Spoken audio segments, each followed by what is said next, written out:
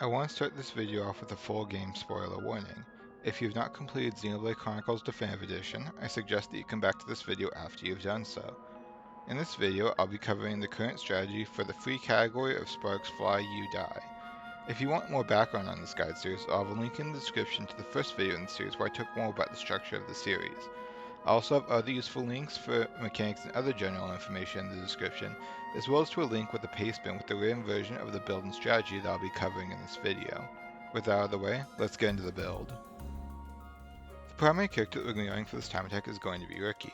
We're going to be running the Machina Biter 3 with Electric Plus, Attack Plus, and First Attack Plus, as well as 2 Ether Up Gems, Initial Tension, and Quick Step. Essentially, we're just trying to increase our electric ether damage as much as possible. For Ryan, we're going to be running the Machina Garter 2 with First Attack Plus, Attack Stability, and Attack Plus, as well as 2 Strength Up Gems, Initial Tension, and Quick Step. Ryan's going to be used to kill an enemy with Pawn Spectre Sword Drive, so we just want to increase his damage as much as possible for a single hit. And finally, the gear for Melia doesn't really matter at all. I am personally running some Quick Step, but you really don't need it since she doesn't have to walk very far. For arts, you're going to want to have Final Cross on Ricky, and you're going to want to have the Final Cross leveled up to level 12. Additionally, you're going to want to have an art that you can perform remote art activation with. I have Overdrive here, but if you have something like Activate Monado, that will work just as well. For Ryan, all you're going to want to have is Pawn Spectre Sword Drive. This is the description of the Sword Drive. You do not want to have Ryan's normal Sword Drive. This doesn't need to be over the talent slot, it's just where I happen to have it. And you're also going to want to make sure you don't have any other arts that Ryan might prioritize over using Pawn Spectre Sword Drive, such as Hammer Beat or Heal Bullet. And finally, for Melia, the only art you want to have on her is Summon Bolt. For skills, I pretty much just prioritize movement, speed, and damage. I'll go ahead and scroll through them real quick if you want to copy them, but they are all pretty simple and self-explanatory.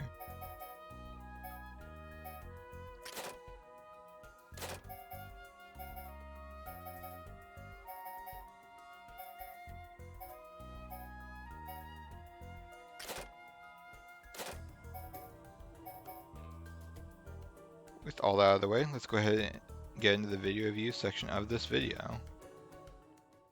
In this section of the video, I'll be talking to my current PB as of the time of recording this video. So the execution for this time attack isn't terribly difficult. There is one slightly difficult thing, which is quickly targeting onto our enemy in wave 1, but other than that, it is a pretty simple strategy. So to start this off, we're going to want to target onto the unique monster, I believe it is called Infernal Crossell, who is the larger and slightly blue-tinted enemy here. You're essentially just going to want to target onto him and use Final Cross right away. We can go ahead and watch over that now. So you can see I quickly target onto him and I use Final Cross, and if you get lucky with the damage ranges, this will kill. Additionally, you can see over here Melia is using Summon Bolt, so we will have Ether Up going into Wave 2. For Wave 2, you're just going to want to target onto the unique monster again, this time it's Revolutionary Bifrons, and once again spam Final Cross. If all 3 of the enemies are within range, you can just simply have Ryan focus their attacks, and Ryan will go up to it and use Pawn Spectre Sword Drive, and you should be able to just very quickly clear out both waves.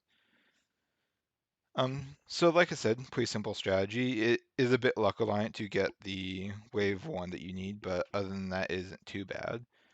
That's all I have to say about this though, so I do hope that you found this video useful or interesting, and I will see you in the next one. See ya.